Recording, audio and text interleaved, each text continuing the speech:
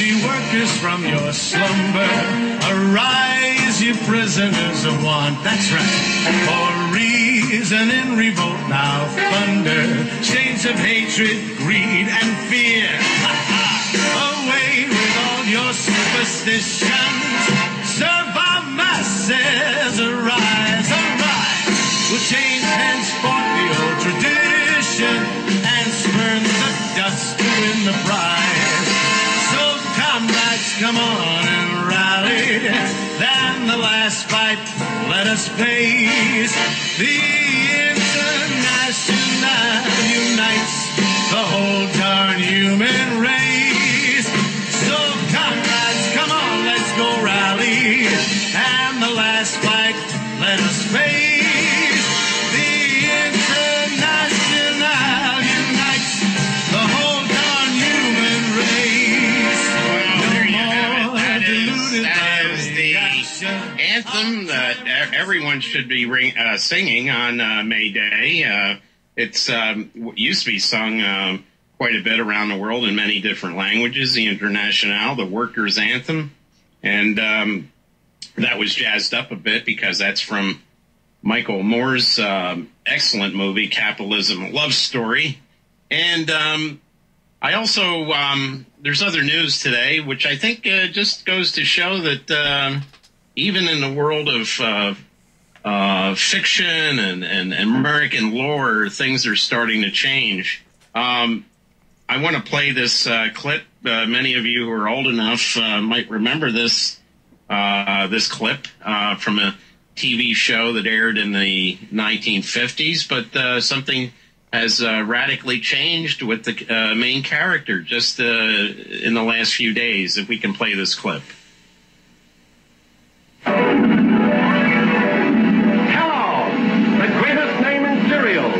Presents The Adventures of Superman. Faster than a speeding bullet. More powerful than a locomotive. Able to leap tall buildings at a single bound. Look, up in the sky. It's a bird. It's a plane. It's Superman. Yes, it's Superman. Strange visitor from another planet who came to Earth with powers and abilities far beyond those of mortal men. Superman, who can change the course of mighty rivers, bend steel in his bare hands, and who, disguised as Clark Kent, mild-mannered reporter for a great metropolitan newspaper, fights a never-ending battle for truth, justice, and the American way.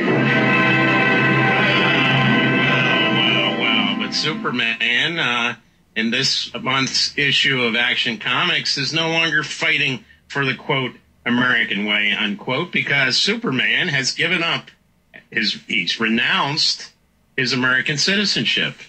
And apparently in the comic book he does that in a speech to the United Nations. Well, why shouldn't he? And this is a good sign that some more American jingoism has gone by the wayside. Good, because last night we had President Obama and Donald Trump and all these other self-important poltroons gathered at the Washington Hilton Hotel for the annual White House Correspondents' Dinner. And while President Obama was yucking it up with some second-rate comedians, including some guy who I'm not even familiar with from Saturday Night Live, and all these poltroons in the audience, U.S. forces were trying to assassinate the leader of Libya. They didn't nail him, but they apparently killed his son and his three grandchildren. His son's Gaddafi's three grandchildren, the sons of his son. And meanwhile, this sociopath, who's Mr. Corporation, parades around as a Democrat. There's not many real Democrats left. There's no Republicans left. They're all corporatists.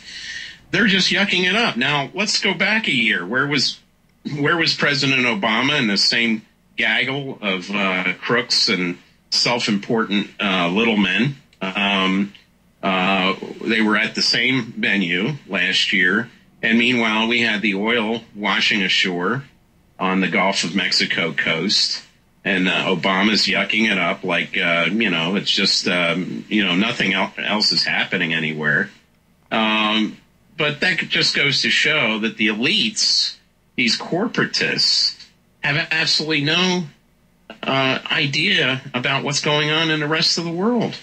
Obama is telling jokes, and Donald Trump's sitting there in the audience, and this whole contrived thing about whether Obama's a citizen or not. And I do believe he was born in Hawaii. I've said that. I think the birth certificate they came up with was a rank forgery. I've been told that by people who are experts in forged documents, from passports to birth certificates and travel documents and the like. But this whole argument is all that they were talking about, joking about last night. Meanwhile, U.S. and other NATO forces are trying to assassinate a foreign leader in total contravention of U.S. law. Executive Order 12333 explicitly states that the United States is not to engage in assassinations of foreign leaders. But, of course, we broke that when we went after Saddam Hussein. We've killed other foreign leaders. The law is always broken. But the mere fact that Obama and these people could sit there and laugh while a federal law was being broken, an executive order was being broken, just goes to show how these so-called elected officials, and we don't elect these people, the corporations elect these people. The whole election system has been basically privatized. These computerized voting machines are totally rigged. If they could get rid of the election process, they would. But they have to go through these motions of people going out to vote. And let's face it, many people don't vote. Many people have given up on the process. But this is an illusion that people have a choice. People have no choice. You're given every election day, you're given the D and the R and a couple other minor parties that never amount to anything, like L for libertarian and G for green. They don't have a snowball's chance to ever being elected to public office. But it's an illusion. It's an illusionary process that the corporations put us through. And although things are looking pretty grim here in the United States as far as corporate control, tomorrow is election day in Canada.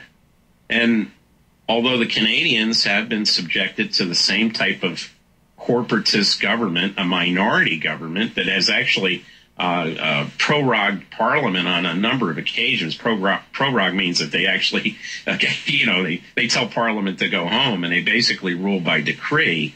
But tomorrow there is an election in Canada, and it looks like the New Democratic Party, which is a real progressive social democratic party led by a man named Jack Layton, it looks like the NDP may actually pull off a big upset win, and that Jack Layton, who is a real progressive, unlike the Liberal Party candidate, who's no different than a John Kerry or a Barack Obama, he may come in third, and this disgusting Stephen Harper, who's basically a corporate fascist, and his Tories. And when you go out west, the Tory Party of Canada, those people that vote for them sound an awful lot like the Tea Party people in this country. These are basically brain dead people. They don't understand they're being used by the corporations, and then they complain about all the things that the benefits that they're losing, just like the people here. It looks like Jack Layton could actually become the next Prime Minister of Canada, not because of the Tories out in the West, but because the people in the great province of Quebec may decide that they're not going to vote for this separatist party any longer, and they're going to get behind Jack Layton, who's from Montreal. He's from Quebec. And we may actually see a government in Canada that's going to roll back all these nonsensical things. The Canadian version of the Patriot Act and all the other things that they've done up there to try to mimic the United States. Hopefully, Jack Layton will also renegotiate this NAFTA. Maybe he'll even pull Canada out of this terrible contrivance called NAFTA. But I used to say, wouldn't it be great if Jack Layton became Prime Minister of Canada, George Galloway became Prime Minister of the UK, and Cynthia McKinney became the President of the United States? Real progressive people. Cynthia McKinney didn't quite make it as the Green Party candidate in the last election, and George Galloway is no longer even in the British Parliament. But we may see part of that wish come true tomorrow in Canada if Jack Layton, the surge that he's experiencing thanks to the people of Quebec, manifests itself.